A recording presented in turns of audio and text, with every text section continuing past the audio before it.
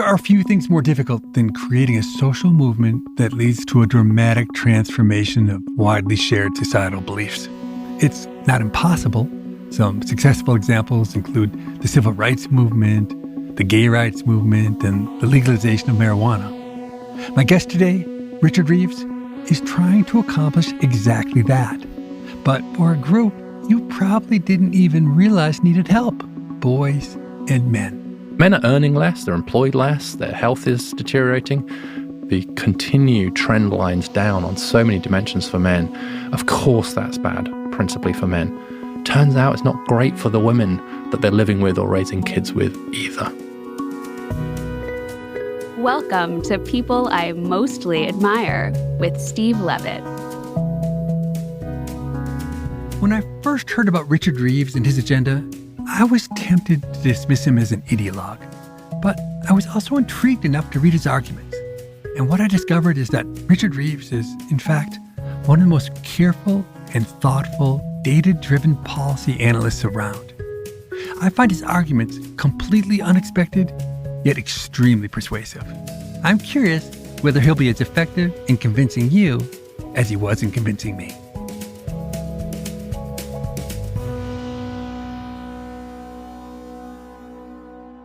If I were to ask people at a dinner party, what group in society is really struggling badly, I think the last response I'd get would be men.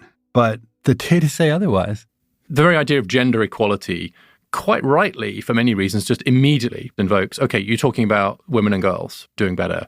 Well, actually, there's a few gender gaps now, a whole bunch of areas where it's actually boys and men who are on the wrong side of that gap, of that inequality. So we have to expand our idea of gender equality, but that's a very hard thing for people to do. It's something of a narrative shift, almost like a narrative violation in some ways. That's a phrase that Ezra Klein has used. As you say, a dinner party, that's a very, very good test, which is to ask people who you're most concerned about. And you're right, they wouldn't be top of the list. But as you dig into the data and you look at mental health, suicide, education, family formation, employment rates, there are a really good set of reasons why we should be paying more attention to boys and men. Let's start with school. Boys are doing terribly in school. Certainly by comparison to girls, they are, yeah. And it's important to acknowledge that we can sometimes talk about relative gaps here and absolute gaps. But a good place to start with this is college campuses. And actually, there's a bigger gender gap on college campuses today than there was in 1972, when we passed Title IX to promote women in college. It's about a 15 percentage point gap in favor of women getting college degrees today as opposed to 13 back then in favor of men. And college campuses are about 60-40 female-male now.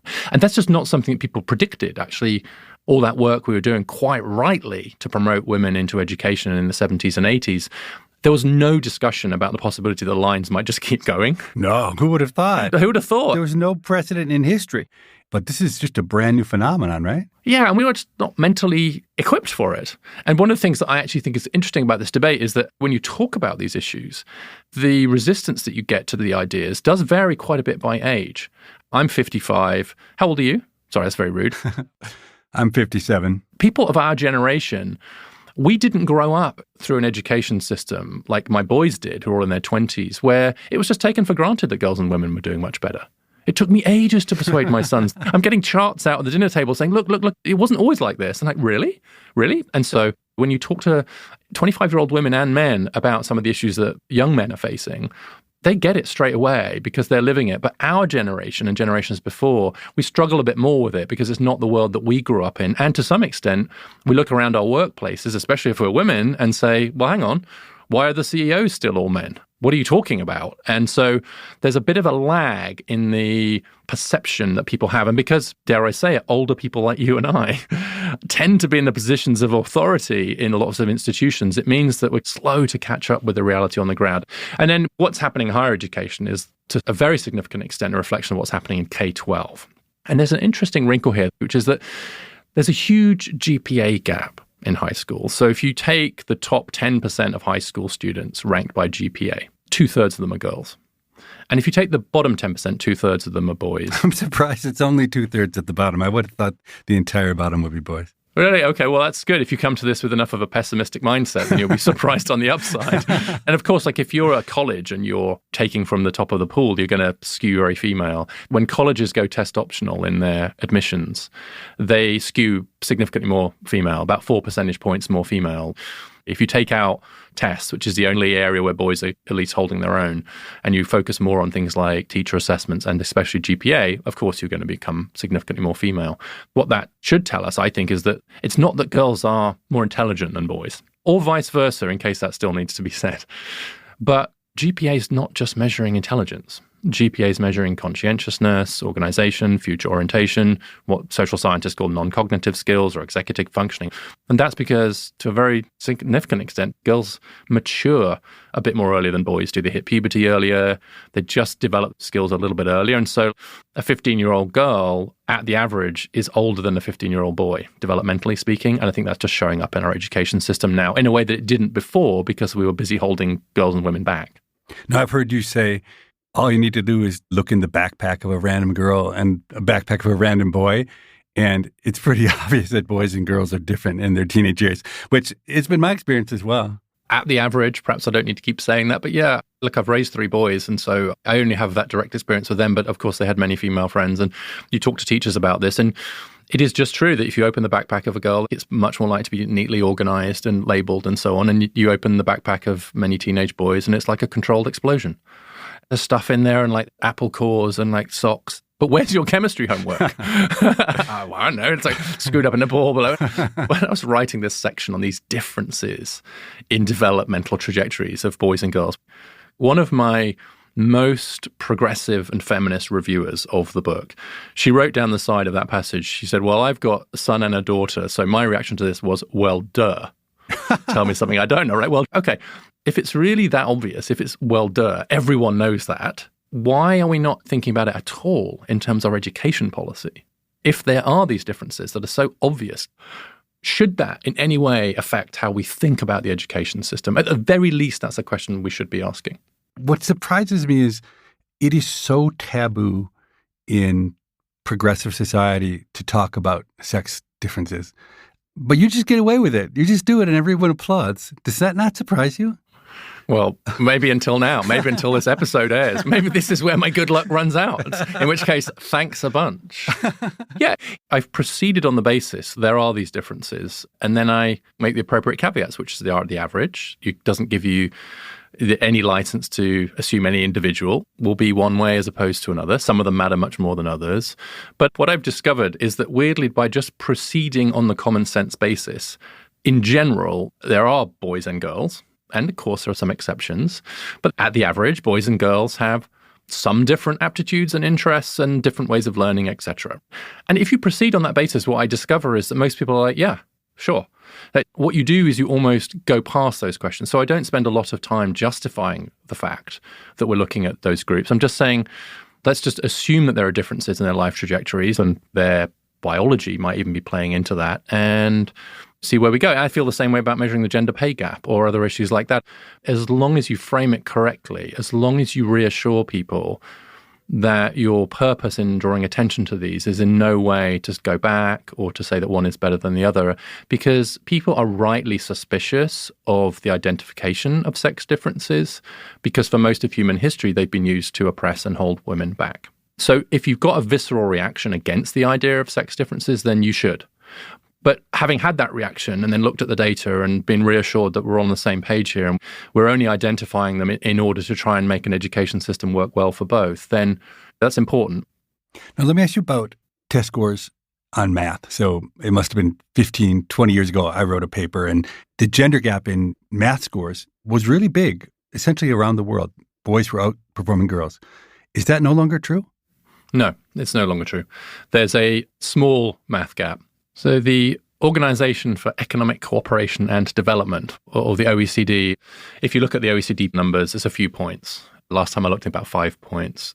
And in many countries, actually, the math gap now goes the other way. And then there's a huge gap, about a 30-point gap on English and literacy, or language, I should say. And if you just look at the US, in the median school district in the US, girls are almost a grade level ahead in English literacy and arts. And in the poorest districts, there's about a third of a grade level gap in favor of girls in math. This is Sean Reardon's work out of Stanford. Interestingly, in the richer school districts, the boys are a little bit ahead in math. But the basic story here is that to the extent that there is a gap in math now that favors boys, it is very small and shrinking. But the gap the other way in these literacy skills remain very large. One of the reasons I think this is so surprising to people when they first hear about it is that some gaps exist at the top, but the really huge differences are at the bottom of the socioeconomic scale. So let's talk about work, because that's where that intersection of social class and gender and race and gender starts to explode. Yeah, so I think it's a good general point, which is that there's this term intersectionality, which is to think about the way that different identities overlap. If you look at labor force participation, earnings, family formation, then what you see is very, very big differences between those at the top and those at the bottom. Now, how you define that, of course, is a very difficult question, but the gap that's been looked at a lot is the difference between men with a 4-year college degree and kind of men without a 4-year college degree. And there you'll see, for example, that the men without a 4-year college degree have seen essentially no increase in earnings over the last few decades, significant declines in marriage rates. And that's also where the employment rate has dropped most significantly.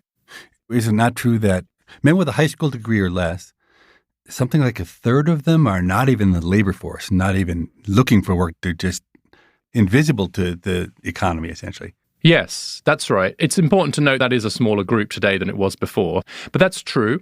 You also see very big differences in the reason why those men are not in work. Some work we've done recently where we compare men with a 4-year degree to those without shows very clearly that among men without who are not in the labor market, just over half of them, 52%, say that that's because they're ill or disabled. Whereas for men with a 4-year college degree, 24% of them say it's because they're getting more education. They're getting postgraduate education. And the next thing is they're retired. Only after that do you get to ill or disabled. I mean, if you're not in the workforce because you're getting more education, or you've decided that you've got enough money to retire, that's a very different world to the world where working class men are, which is they've seen a significant decline in their employment rates, but also because they say that they are sick or disabled. Now we're talking about the U.S. These are international phenomena, right? They are. The trend in earnings, unfortunately, the last few years, we have seen something of an improvement in earnings for men at the bottom of distribution. So that's good news, but that's against a much longer trend of stagnant earnings for them. The US seems to have been hit particularly hard in terms of the impact of free trade and automation on the wages and employment rates of working class men. The educational disparities we talked about earlier, actually they're pretty similar everywhere, with a few exceptions. But most advanced economies now have pretty big gender gaps in education. And one of the things I find quite interesting is that the biggest gender gaps, and here I'm referring to gender gaps the way that we've been talking about them, which is girls and women way ahead of men, the biggest ones are in Scandinavia. Finland has very often been held up as this great place for education, right? Because it has this amazing educational outcomes. But if you break by gender, it's only amazing for the girls. The Finnish education system is producing amazing results for Finnish girls. But Finland has the biggest gender gap. And so in those Scandinavian countries, you're really seeing a kind of big wake-up call there to these education gaps.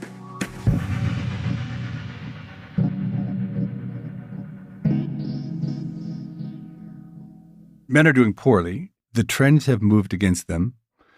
And we have no real reason to think these negative trends are going to stop. Do you see an obvious turnaround here or just more of the same? Well, I think one thing is important to note is that trend really matters to me.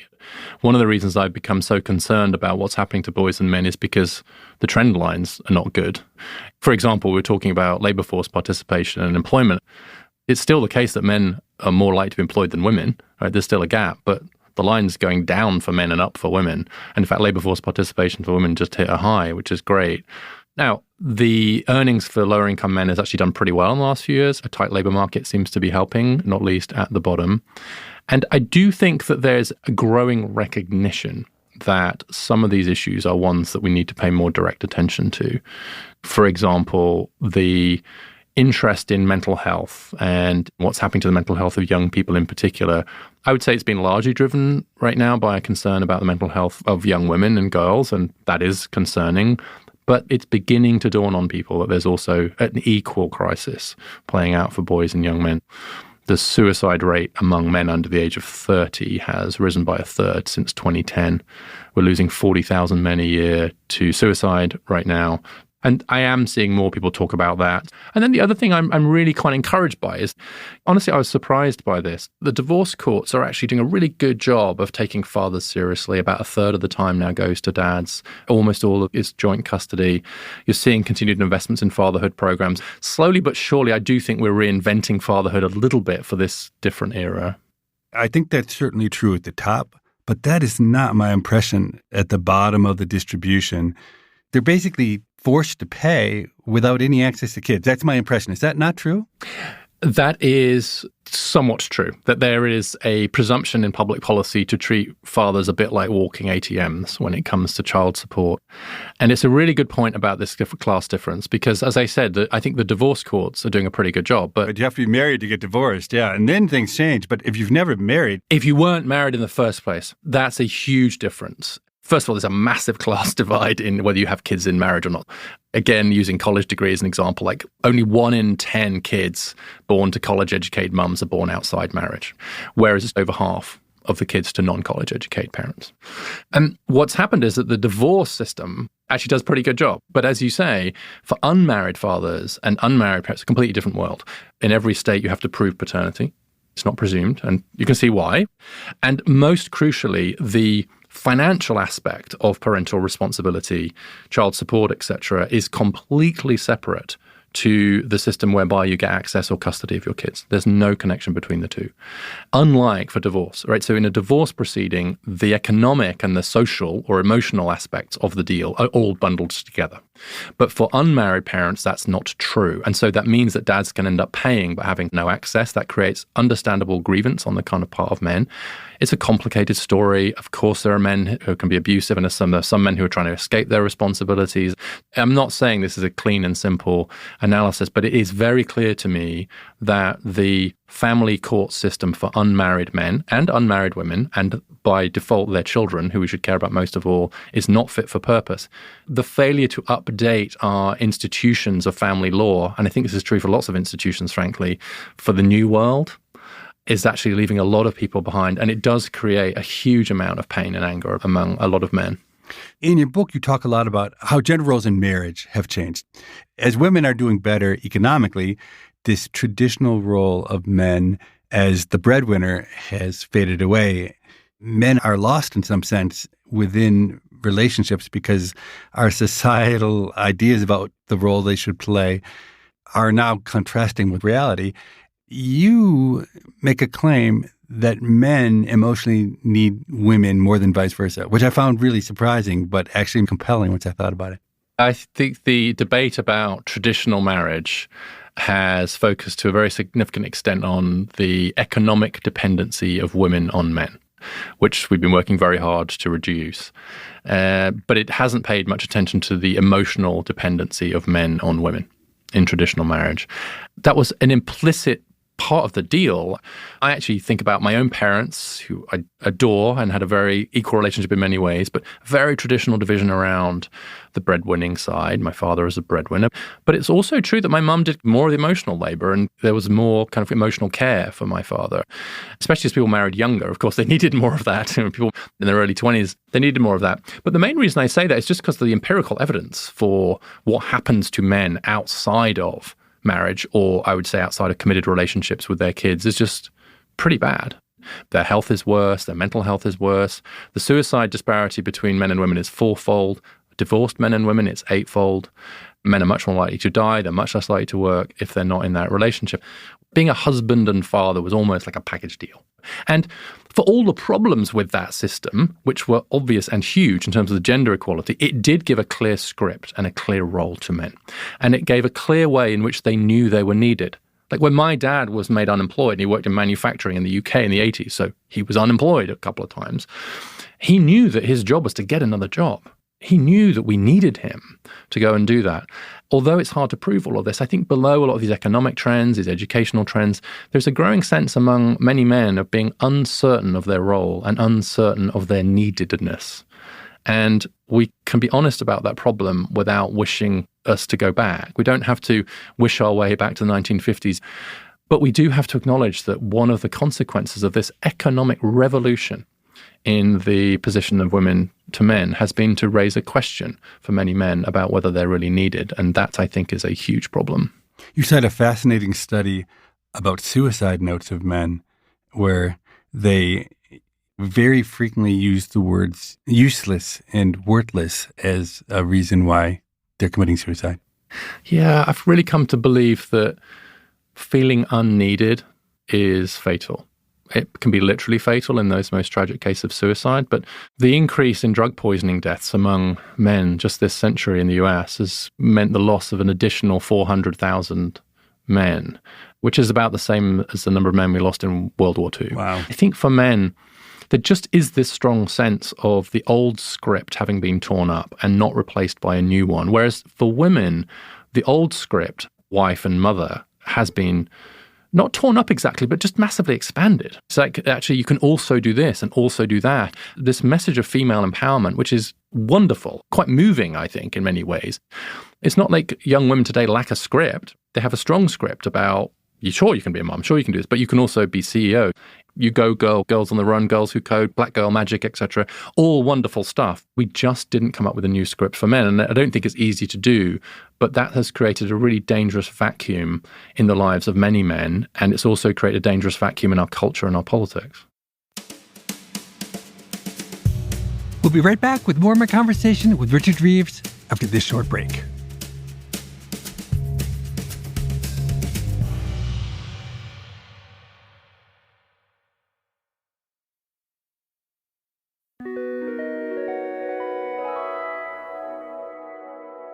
Some people listening will hear all these stats and the sob story about men, and they'll say, look, men, even with all their advantages and all the systemic sexism against women, they still can't keep up with women.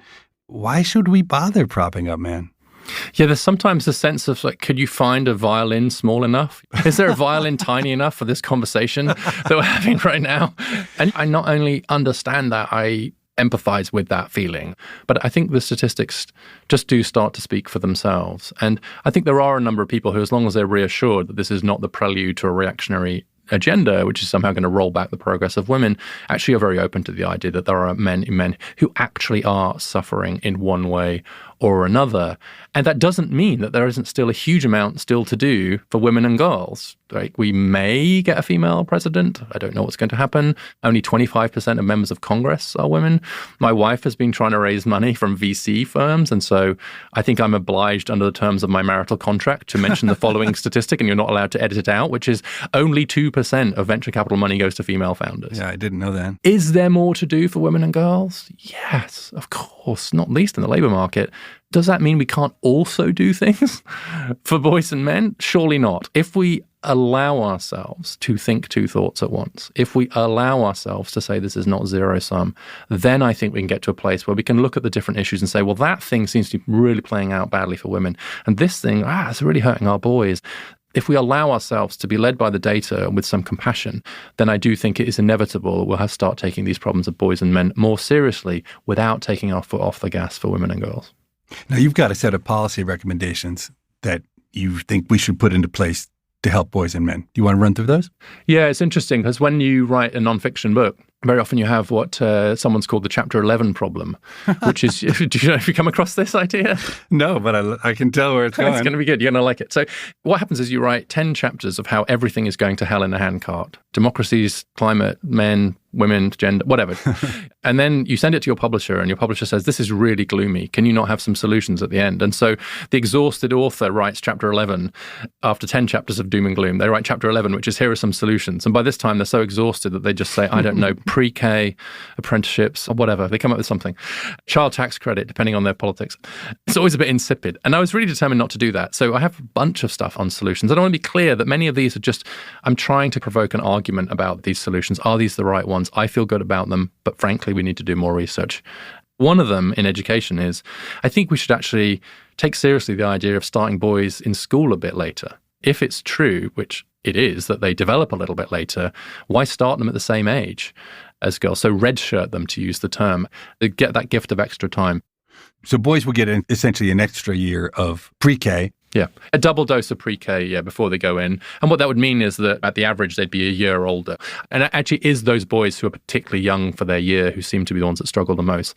You'd basically have a different default entry age for boys and girls, which, of course, parents would be free to override in both directions. Now, it's interesting you talked about this red shirting at the entry to schools going on, but it's going on among the elites, not among the people at the bottom of the socioeconomic spectrum, where you actually need it the most. That's so often the case, of course. In some of my earlier work, I'm very interested in looking at what elite and affluent people are doing and saying, what do they know? And why are they doing that? And maybe other people should be doing that. A lot of private schools do that for their boys. A lot more upper middle class parents are tending to do that. And actually, the boys who could most benefit from an extra year of pre-K and an extra year of development are the ones who are poorest, not the ones who are richest, but the ones who are richest are the ones who are getting it. As long as you're going down the path of waiting for kids to be developmentally ready for school, is there any reason why you shouldn't just individualize this and student by student evaluate them and start them in school when they're ready? Yeah, I really like that idea. And there's actually a similar scheme in Norway for quite a long time, which someone's used as an identification strategy for a really good study. There was basically someone in the school deciding whether you were ready or not, and then holding you back if you weren't. And it was disproportionately boys.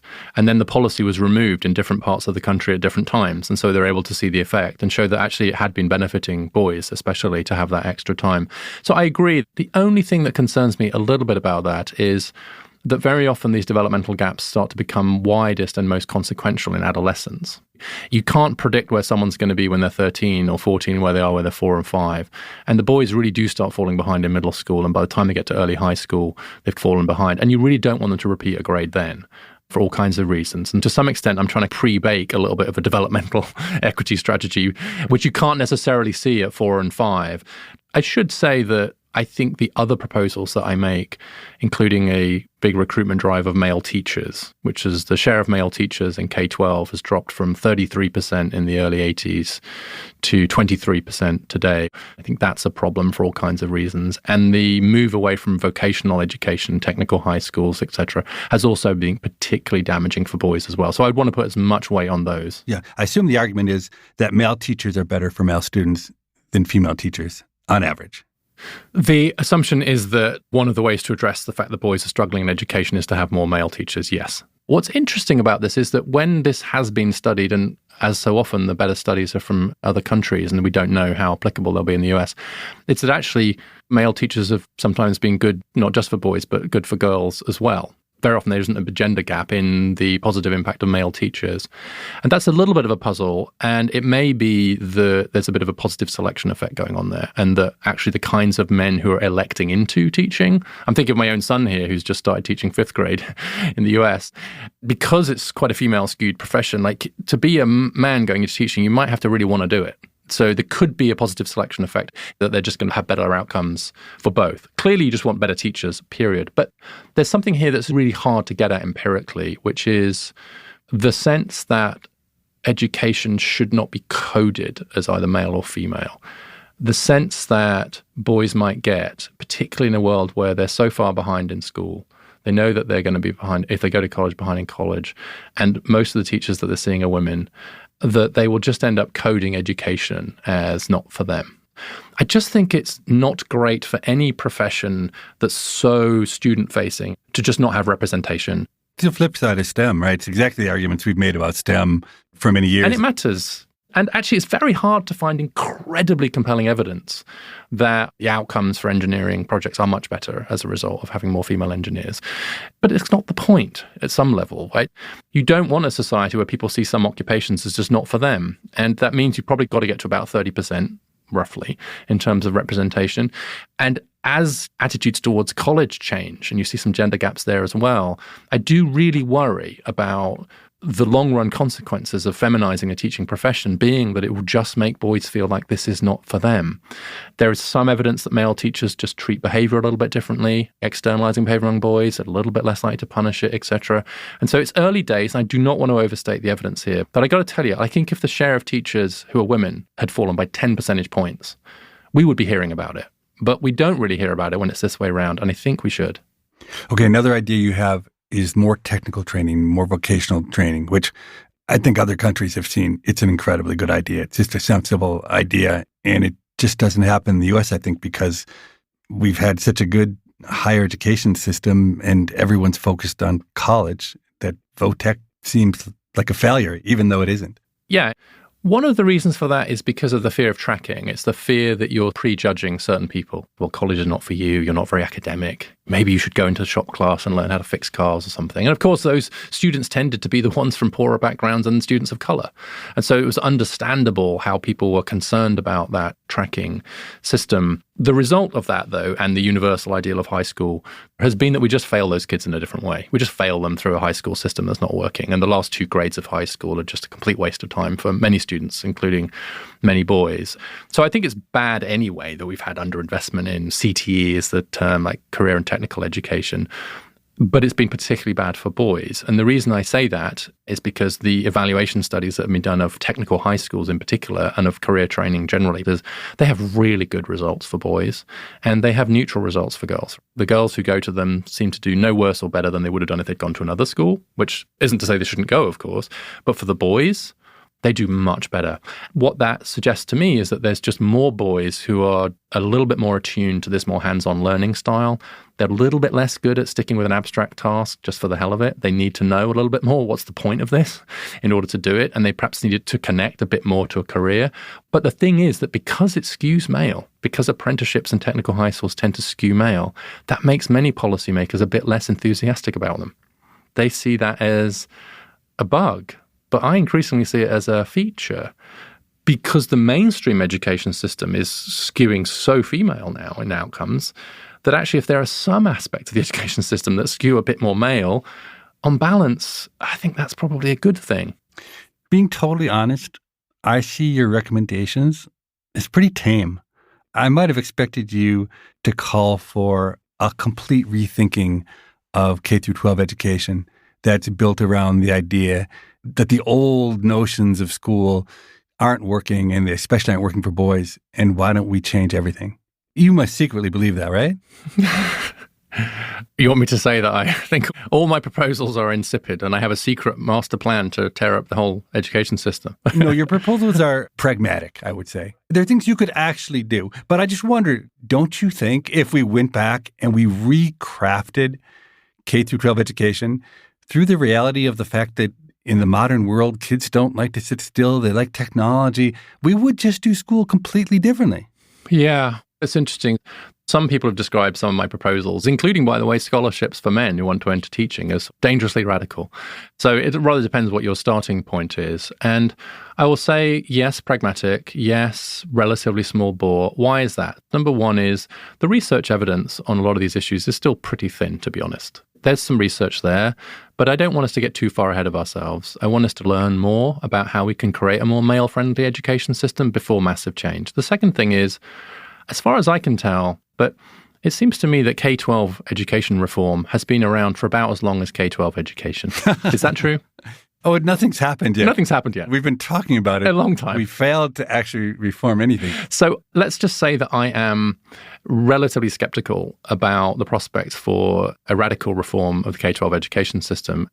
That means that taking more incremental wins is actually the more realistic prospect. Now, if I put a different hat on, can you imagine a reinvention of the education system that's more individualized, that's more gamified, that's less abstract, that's less rote learning? Oh, yes. Is it going to happen? No. Well, we're starting a couple schools that are trying to do that. Awesome. I find your arguments about boys and men very compelling. But nonetheless, I am really surprised that your book found an audience. The response must have surprised you. Were you expecting to make Obama's summer reading list to sell millions of copies? I haven't sold millions of copies. Hundreds of thousands of copies. Hundreds of thousands of copies? I know. It's sold better than perhaps you would have expected. Yes. Forget about sales. But the phenomenon, this is honestly, to me, this was an issue that was not on anyone's agenda. You, who people really didn't know, people had never heard of you. Okay. You wrote this book and you've changed the way people think about the world. The odds against that are astronomical. Well, first of all, it's not true that nobody had ever heard of me because I wrote a biography of John Stuart Mill a few years ago that last time I checked, at least 17 people had read. So that's very rude of you.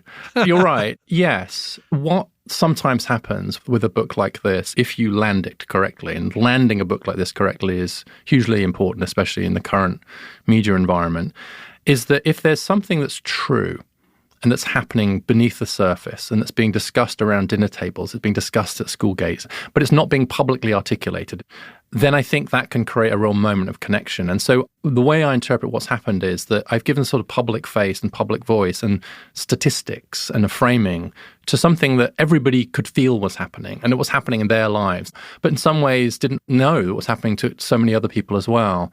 So it legitimized it. It turned what was a private issue into a public issue. And by bridging that gap at the right time, in the right moment, I do think that helped draw attention to it. Honestly, one of the nicest things I hear people say is, thank God, I thought it was just me. I thought it was just my son.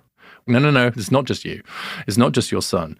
It's the education system to some extent. And so in that sense, I think it was a bit of validation. But by being relentlessly boring about it, with the stats and the tone and the framing, I also think it did create a permission space for a conversation that people wanted to have. They just didn't know whether they could have it safely. You're a little bit selling yourself short, because I think there's something very special, not just about the way you write about the topic, but also I think as people can hear the way you talk about the topic. Here's what I notice about you that's different than many other people. First, you're very data-centered, but in a very simple way. Nothing complicated. You just present overall patterns that, in your case, are very stark, which makes it really easy.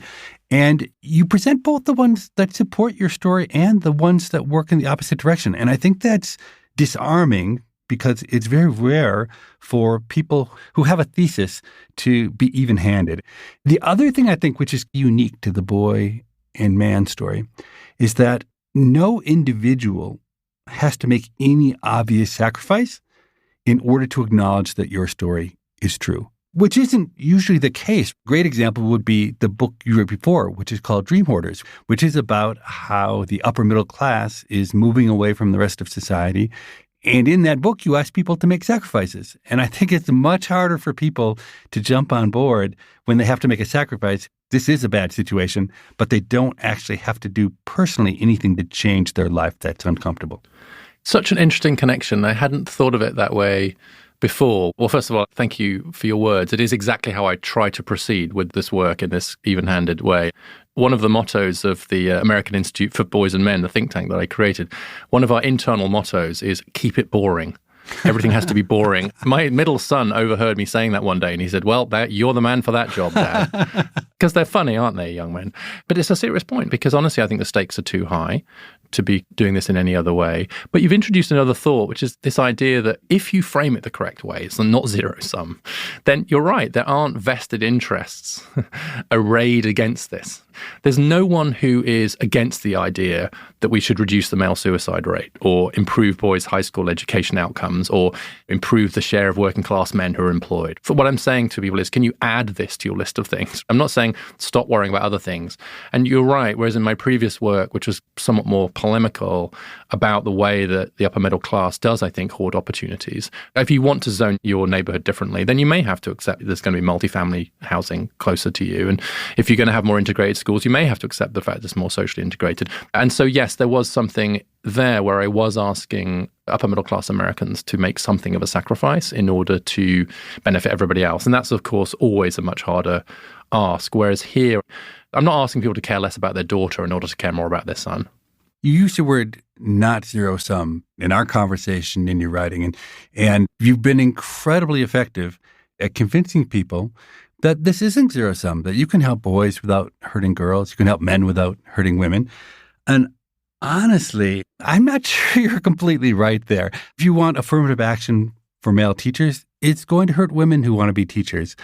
If you want more vote tech and vote tech only helps boys, well, that's taking resources that could have been spent on girls in typical schools. But it's interesting that people, as I've talked to people about this, everyone just without questioning says, yes, not zero sum. Really, it's one of the most effective forms of persuasion I've ever seen. So I want to compliment you on that. But I wonder, do you really think it's true? Well, I appreciate the continued invitations to contradict myself publicly and say, no, all these things I've been saying for the last 2 years, I don't really believe them. And now's the time I'm going to say it. So the way I think about this is that we should be honest about the things that are really zero-sum, the things that are partially zero-sum, and the things that I think genuinely aren't. If you take issues like representation in an occupation where there's only so many, like you can't have more women in Congress without having fewer men, unless you massively increase the engineering profession. Same with teaching. I think it's important to be honest about that, in just the same way that we should be honest about the fact that the push to get more women into STEM has also had that effect. Mostly at the margins. These are relatively slow changes. But yes, I think the way in which it's not zero-sum, first of all, is that if you want some resources for anything, you could always say, well, that's being taken away from something else. Let's say you invest in technical high schools and that mostly helps boys. That's a few billion or whatever. Well, that money could have gone to help more girls get into STEM. True. We're already spending a lot of money to get more girls and women into STEM, and I'm not saying we should get rid of that. But you could equally say it comes from somewhere else. If we were to invest more in reducing male suicide, well, that's money that could have gone to reducing breast cancer. Do we think like that? I don't think so. I think we just think about, like, where are the deaths happening? Where are the issues? And then where can we have the most effect? It takes a peculiarly narrow mind to say that every dollar you spend on issue X is a dollar less you spend on issue Y. And that's not how I think about it at all. And so that's the sense in which I think it's true that it's not zero-sum. And in the big picture, should we keep doing more stuff to help women in the workplace? And certainly the greedy jobs problem that Claudia Goldin and others have pointed to that affect women's careers? Oh, yeah, absolutely. But I don't think that means we can't have technical high schools as well. I agree with you.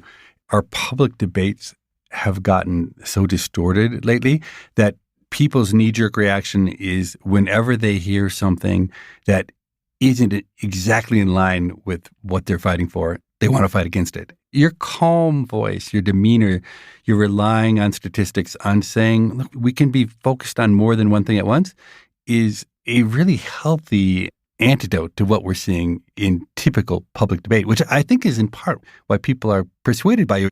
It's ironic, right? By stepping away from the idea that you have to be devoted 1,000% to some very narrow issue, you end up being more persuasive. Well, thank you. There's also something about the current environment where you have people just find it easy to say, oh, well, you're on this side or that side. And so I was very careful in the way that I talked about this, and honestly, in the communication strategy around the book and the subsequent work, to just be quite careful not to allow this to be pigeonholed. I think there is a danger that if the first thing people see about a book on boys and men is a glowing review from a very conservative writer in the Wall Street Journal, there's a danger that people's knee-jerk is, oh, well, I'm going to hate that. But honestly, part of the advantage I've got is that it's much easier to actually come across as non-partisan when you're actually not partisan. I'm genuinely not. I also think that one of the things that helps is I've done a huge amount of work around gender equality in the more traditional sense. In my own life, this has been something I've been struggling with and coming to terms with. How do I acknowledge the fact that I am a man, but also a massive supporter of women and of gender equality and so on? I'm drawn to the work in part because if we don't talk about it this way and with these sorts of statistics and this kind of tone and this kind of goal, someone's talking about it, probably online, and maybe with different goals and without empirics. It's not that the conversation about what's happening to boys and men isn't going to take place. It is. The question is who's having it. And I think it's far better that you and I are having it in this way than the only people having it are the ones who are online, many of whom honestly do have something of a reactionary agenda. So I think that's the space that I'm trying to fill here.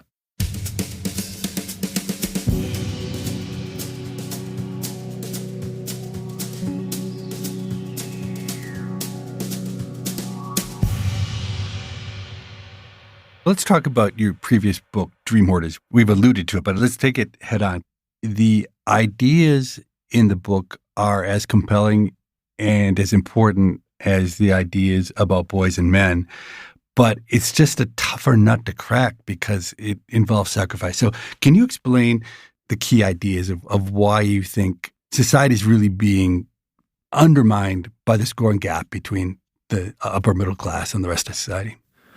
I'm from the UK originally, as you know, and moving to the US and really noticing the way in which the upper middle class, the top 20%, 15%, 4-year college degrees, 6-figure incomes, how those folks that I was among genuinely convinced themselves they weren't rich. and therefore genuinely convinced themselves that they needed to hoard wealth, hoard opportunity. What I realized was that the class system I'd run away from in the UK, which I hated, did have the advantage of making posh people feel a bit guilty. And what I noticed was that posh people and rich people in the US had managed to get rid of any sense of guilt, even as they massively rigged the system. At least have the grace to be guilty about it. There was a real streak of hypocrisy running through a lot of what they were saying and doing, and the way that they were holding on to their tax breaks. I mean, this is super nerdy, but the thing that actually started me on that path was the rebellion against President Barack Obama's proposal to get rid of 529 college savings plans. And if you're listening to this and you know what a 529 college savings plan is, then you are the problem. To be clear, like, you're a dream hoarder. What happened was Barack Obama said, this is ridiculous. This is a big tax break for rich people who don't need it, whose kids, they don't need it. Right, I'm going to get rid of it. The rebellion against it was huge. And such was this reaction among these affluent educators. I was looking around me saying, what is wrong with you people? You can't possibly think you need this tax break. But they genuinely thought they did.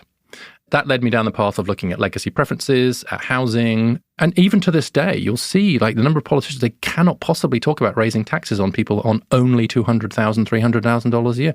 The massive resistance in local communities to rezoning their neighborhoods so that some people who aren't rich could live there.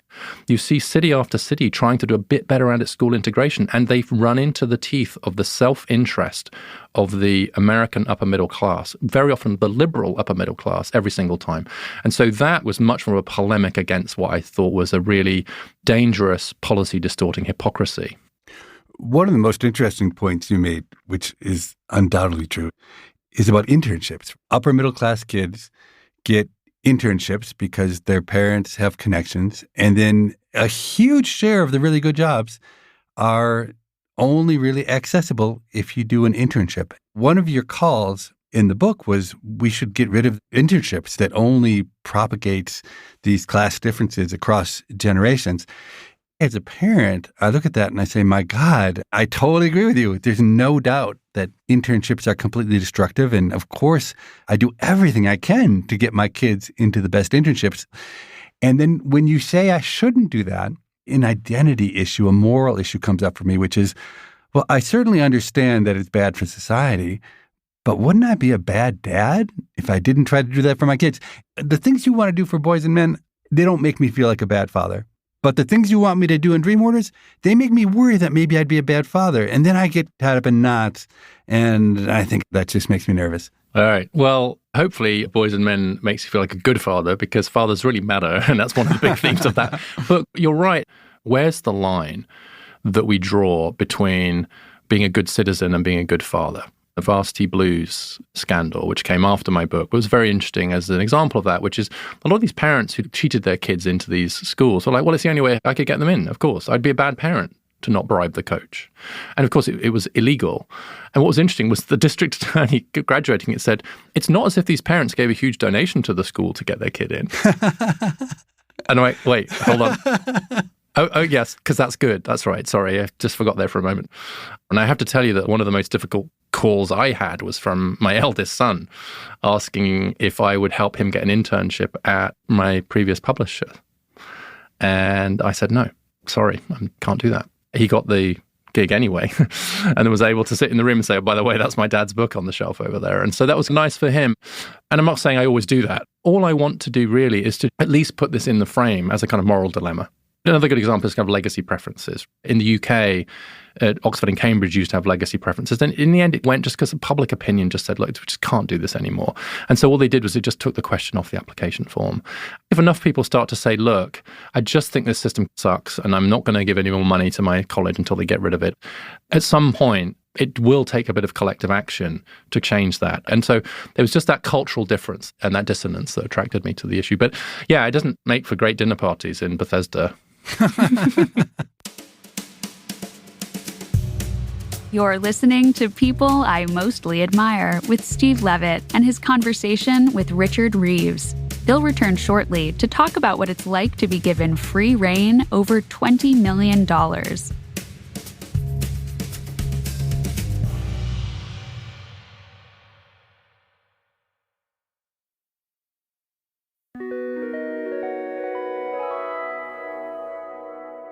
In the time we have left, I'd love to explore Richard Reeves' weird side and also get him to talk about the most surprising email he ever received. All right, I can't let you get out of here without talking about John Stuart Mill. Oh, great. Let's have another hour. It will probably surprise listeners because you're so focused on data and solving practical problems that back in 2007, you wrote a biography of John Stuart Mill, a big, thick book that runs to more than 600 pages if we include the footnotes. Man, really selling it. Does that feel like a lifetime ago when you wrote that book? It does a bit. It was a real labor of love. My wife did me the courtesy of figuring out the cost of that book, the opportunity cost of how long I'd spent on it. So John Stuart Mill, why is he famous? John Stuart Mill was a liberal philosopher, 19th century in the UK, and he's probably most famous for his 1859 essay on liberty.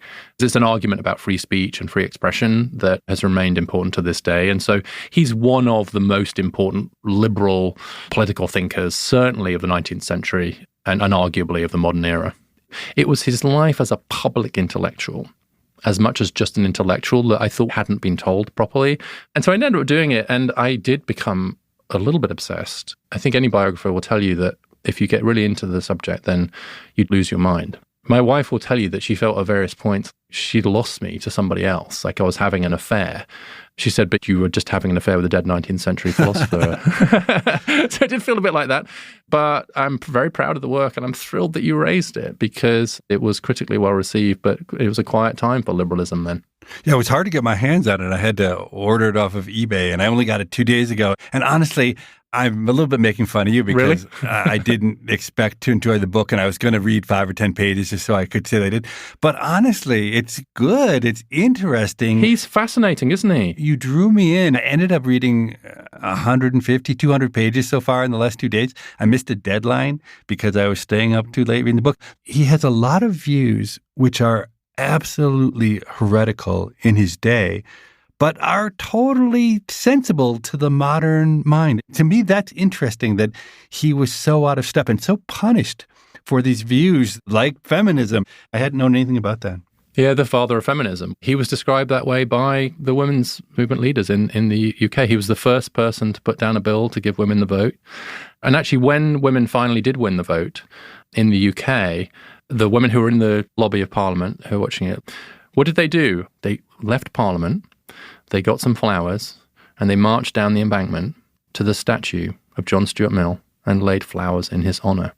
He wanted full legal and political and economic equality for women. He publicly campaigned to criminalise rape within marriage. The UK didn't criminalise that till the 1990s, right? He was a huge advocate for women's rights, but the reason he was because of his fundamental belief in creating a society where individuals of different kinds, in their differences, can flourish. And actually, that is the spirit, I think, of all of the work that I've done since. So I'm really pleased to be able to make that connection because there is a Millian spirit running through all of this, which is his vision of a society where people are pretty different and we should honor those differences and we should create a society where they can rise and flourish, not despite those differences, but because of those differences.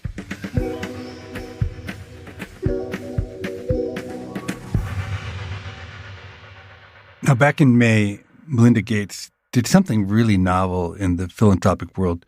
She picked out 12 people whose judgment she trusted, and she gave each of them $20 million to allocate as they see fit. And you were one of those 12 people. What an amazing honor and responsibility. Yeah, and also it was a surprise because it came completely out of the blue. Really? We had no prior warning. It was literally an email. So you wake up one day and you're going through your emails. Then, wait, there's one from Melinda Gates saying this. And you're like, wait, what? It's obviously phishing or spam or something. Like, wait. And then I realized it was real. And I don't think many people would have been more surprised than me, given that Melinda Gates is a huge philanthropist on behalf of women and women's rights. But here she is saying, actually, as part of that, I'm going to give some money towards boys and men. So initial surprise, but what I've learned is that, and she said this herself publicly, she's really come to believe that in the long run, the world requires both men and women to do well, that a world of floundering men is not likely to be a world of flourishing women. And the fund that I'm setting up to spend this money, I'm going to call it Rise Together. That's the spirit of the gift here, which is a growing recognition among many women who've been leading the charge for women and continue to do so, are also noticing a lot of what's happening to men and able to do two things at once. To say, you know what, actually, we should start paying some attention to men as well.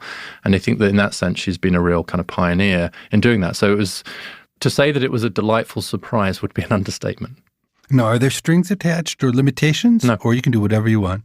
No, it's this new move towards trust-based philanthropy, which essentially says that once the money's been deposited, there are certain restrictions, nothing I have a personal interest in, no political work, but she's basically trusting us to spend the money as we think most appropriate.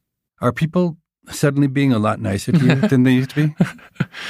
Yeah, I have to tell you that becoming a grant maker was not on my list of things I thought I would be doing, especially for boys and men. One of the most amusing emails I got was somebody who I had been trying to raise money from the week before suddenly said, wait, you've got more money than me now. I want money from you. And so they counterpitched me, which I thought was very funny. That's funny.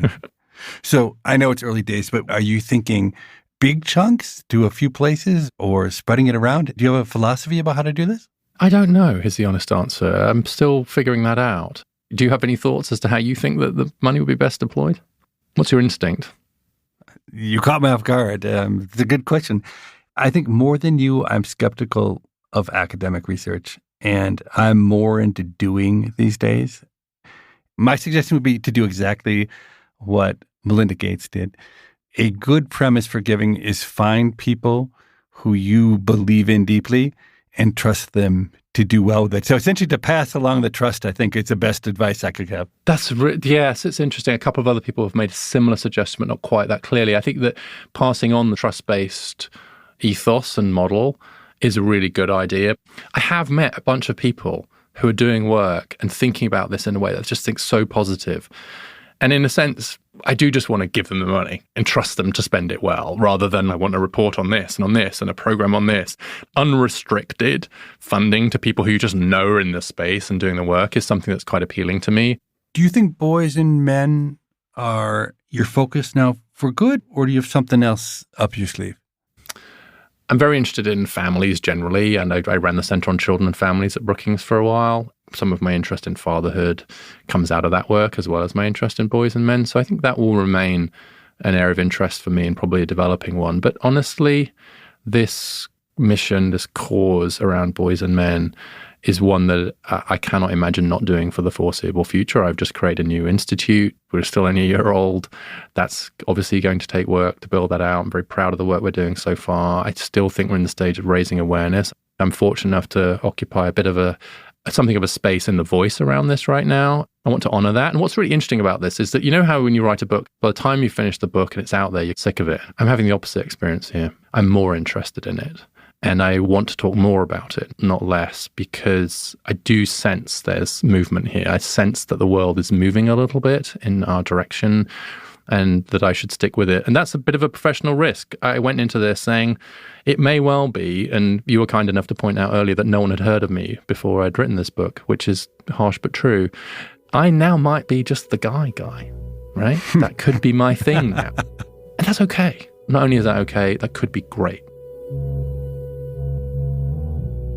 As was probably obvious from our conversation, I'm a big believer in Richard Reeves and his mission to transform the lives of boys and men. But as was also probably obvious, I'm a bit underwhelmed by his policy suggestions. I think we need to go much, much further. I think we need to radically overhaul our educational system, not just to make it better for boys, but also for girls. I'd love to hear your ideas, your concrete suggestions. If you could do anything at all, no matter how wild to change school, what would it be? Send your ideas into pima@freakonomics.com, and we'll go through them and talk about a few that capture our imagination in a future listener question segment. Now is the point in the show where we answer a listener question. So let me invite my producer, Morgan, on to help with that task. Hi, Steve. So Sam from Australia sent us an email. During the height of the pandemic, when everyone was working from home, Sam predicted that employers would pay people to return to the office. He listens to Freakonomics. He knows that monetary incentives work, but his prediction turned out not to be true. Now, some companies do provide a small compensation to employees for every day they work in the office, either as a cash bonus or a charitable donation, but it's not a widespread practice. Amazon recently mandated that employees must return to the office for 5 days a week. And I don't believe they are paying the employees to return to the office full time. So why didn't more companies incentivize the return to the office? Well, let me start by saying I love the economic thinking. I've read a lot on this topic, just journalism, and rarely do they talk about financial incentives. It really is often cast as good versus bad, where companies are forcing workers to come back or whatnot. So in principle, of course, this makes a ton of sense. But there are 2 caveats I would put with it. The first one is that money is often not the answer. There are often better ways to get people to do what you want than to do it with money. What? No. What do you mean? There's better ways to get people to do things than pay them? Oh, absolutely. If you can convince people it's the right thing to do and they should want to do it, it's so much better than paying them. Okay. I think even more obvious is the idea that workers should pay their companies to not make them come back to work, right? We've been in an equilibrium for hundreds of years where people show up to work every day, and that's the expectation. COVID happened. Temporarily, firms said, hey, you don't have to come into work. In many workers' minds, it's now become an entitlement.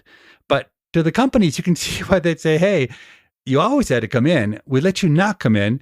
You need to come back in. Why should we pay you extra? But in a world in which everything is fungible and you can use money to compensate people for hurt or discomfort, then the workers should say, hey, but I really like to be at home. It's something I value a lot. Let me give you back 25 or 50% of my salary to allow me to work from home. Oh, 50% of their salary. It's an insane amount of money to just work from home.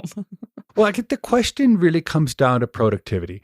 How much less productive are workers at home than they are at work? And I think workers, as they think about that, are going to come up with a small number. But I have to say, I run this center at the University of Chicago, and we let people work from home. I saw not just a decline in productivity, but what we lost was a culture. We had developed this awesome culture around excitement and teamwork and community, and that just disappeared. And so I think that's an extra cost of having workers at home that an individual worker, as they think about what their life is like, might not factor that in. So we've now mandated, without extra salary, that people come back into work 2 days a week at my center. And oh man, the improvement in morale, it has really been remarkable. And interestingly, now that my team is back, I think they're glad to be back. Does this logic apply to the boss too? Because I don't believe you go into your office 2 days a week. You're right. I'm the only one who breaks the rules because I moved away from Chicago. And it definitely is bad for the team that I'm not there.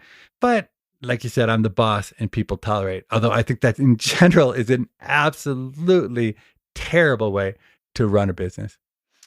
Are you really proposing that employees should have a choice, either go back to the office for some mandated amount of time or choose a salary decrease? Not really. So I know I said that, but I didn't really mean it because your reaction was perfect. You were outraged. And that's the sense in which money isn't really the right way to approach this. Workers would be happier to go into the office if their salaries were raised. There'd be mass quitting from companies who asked workers to take big pay cuts to stay away. But I think workers should reflect on that when they think about why they should be angry that the company's not paying them extra to go in. What I really think the true answer is the companies that are going to win in this dimension are the ones who are going to find a way to allow flexibility. Workers like flexibility. The most talented workers, if you give them flexibility, will choose to stay. If you can't find a way at a firm to build in flexibility, then I suspect there'll be a migration of talent to firms that will do it. Sam, thanks so much for the interesting thought experiment. If you have a question for us, our email is pima@freakonomics.com. That's P-I-M-A. It's an acronym for our show, Pima@freakonomics.com. We read every email that's sent, and we look forward to reading yours. In 2 weeks, we're back with a brand new episode featuring Stanford neuroscientist David Eagleman. He's spent his career studying brain plasticity, and I think his findings will blow you away. You can still hear and touch and taste and smell in the dark, but you can't see. In other words, the visual system is at a disadvantage whenever the planet rotates into darkness. Given the rapidity with which other systems can encroach on that, what we realized is it needs a way of defending itself against takeover every single night. And that's what dreams are about. As always, thanks for listening, and we'll see you back soon. People I Mostly Admire is part of the Freakonomics Radio Network, which also includes Freakonomics Radio, No Stupid Questions, and The Economics of Everyday Things. All our shows are produced by Stitcher and Renbud Radio. This episode was produced by Morgan Levy, with help from Lyric Bowditch and mixed by Jasmine Klinger. We had research assistance from Daniel Moritz Rabson. Our theme music was composed by Luis Guerra. We can be reached at pima@freakonomics.com. That's PIMA@freakonomics.com. Thanks for listening. So your book of Boys and Men was chosen by President Obama to be on his summer reading list. What was that like? Well, the honest answer is I thought, well, where were you last year, President Obama? Because the book came out in 2022, but it made it to his list in 2024. But of course, it's delightful.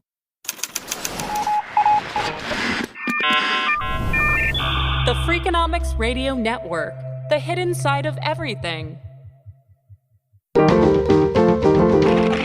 Stitcher.